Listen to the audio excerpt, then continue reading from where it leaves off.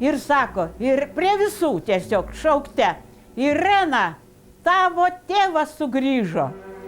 Nu, klausykit, aš apstulbau, aš jau nei prašiausi, nei kad mane išleistų, nieko, aš tiesiog tik tai su ašarom džiaugsmo akyse išbėgau, apkabinau Marijošių, prispaudžiau, kiek turėjau jėgų ir išbėgau susitikti su savo tėvu, kuris grįžo iš Mordovijos lagerio, atkentėjęs. Nu, tai buvo vienintelis toks nepakartojamas man įvykis džiaugsmo sugrįžus į namus mano brangiajam tėveliui.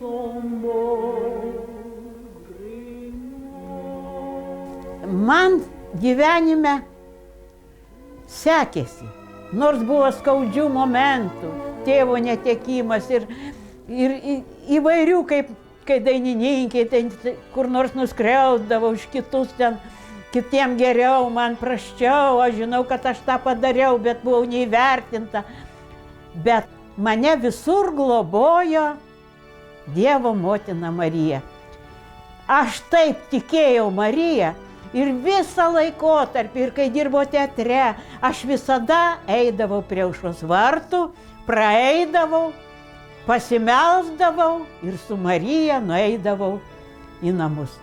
Tai man buvo tiesiog mano didžiausia globėja ir pati arčiausiai širdies esanti Dievo motina Marija.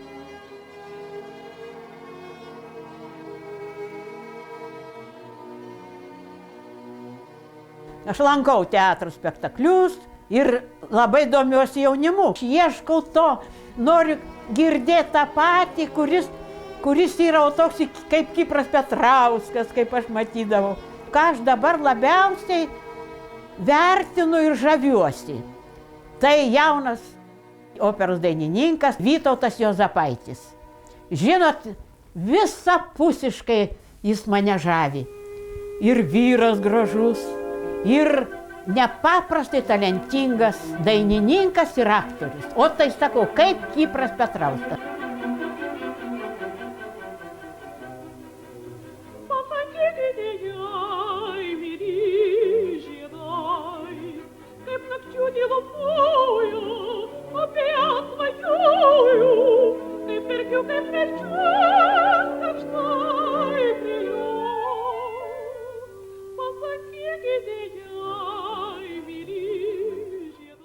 Mano gyvenime vyrai turėjo, žinot, galiu tikrai atvirai pasakyti, didelę reikšmę. Aš visuomet norėjau būti įsimylėjus. Mane labai žavėdavo talentas. Ir būdavo galbūt ne tiek įsimylėdavau, kiek susižavėdavau.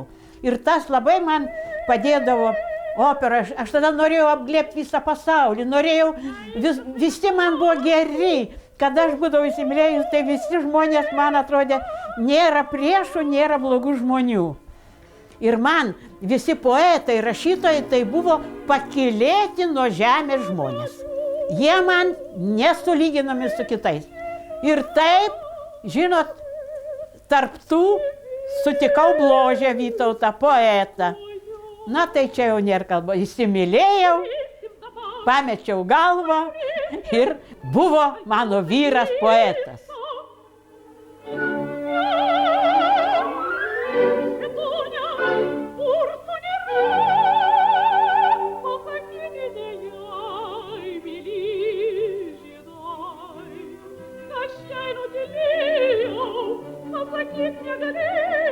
Opera tai jau čia yra pats brangiausias, kas yra mano gyvenime, tai opera. Gamta mane labai žavi. Aš ten savo sodyboje Labanore žvejoju ir po miškus vaikštau, grybauju.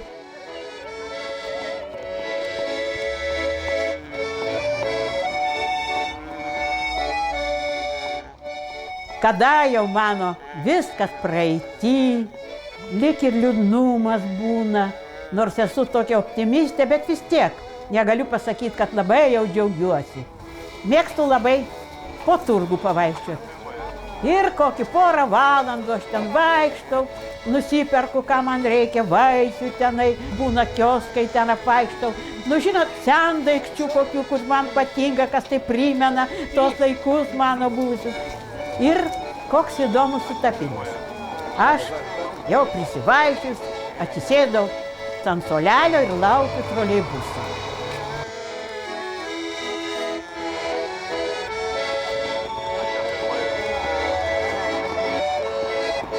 Šalia ten sėdėjo kokia tai moteriškė ir staiga šalia sėdinti. Ar jūs ar pamilsiu kada?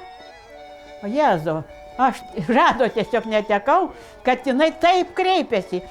Ar pamilsiu kada? Pačią pirmąją, galima pasakyti, Karmen frazę, kuris sakydavo, ar pamilsiu kada? Tikrai to nežinau. Galbūt niekada, o gal net rytoj. Taigi, va, šita moteriškė pasirodo mane matė Karmen mano. Ir jinai pradėjo dar pasakoti, bet jau atėjo mano troleibusas. Ir aš tokia, žinot, švytinti, nuvažiavau ir labai daug galvojau apie praeitį.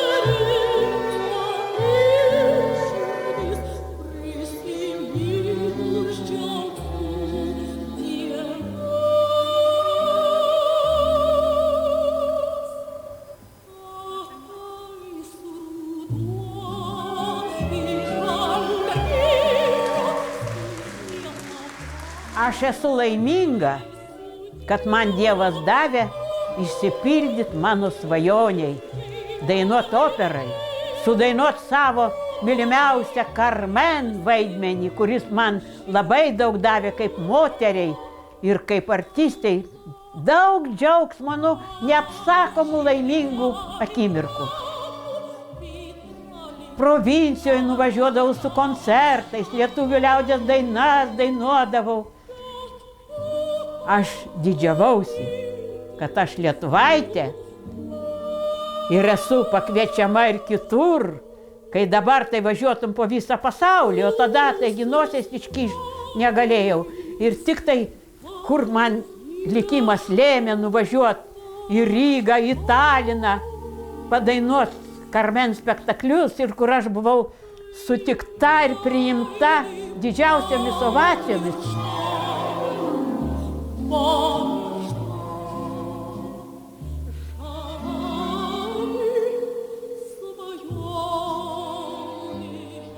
Ir dabar, kada jau esu tokio amžiaus, aš galiu tik pasididžiuoti ir pasakyti, kokia aš laiminga, kad esu lietuvė, kad galėjau ką nors mažytį trupinėlį prisidėti prie tos mūsų tėvynės aruodo, prie mūsų mylimos laisvės, kurią dabar jaučiu, kad esu galų gale laisva lietuvaitė.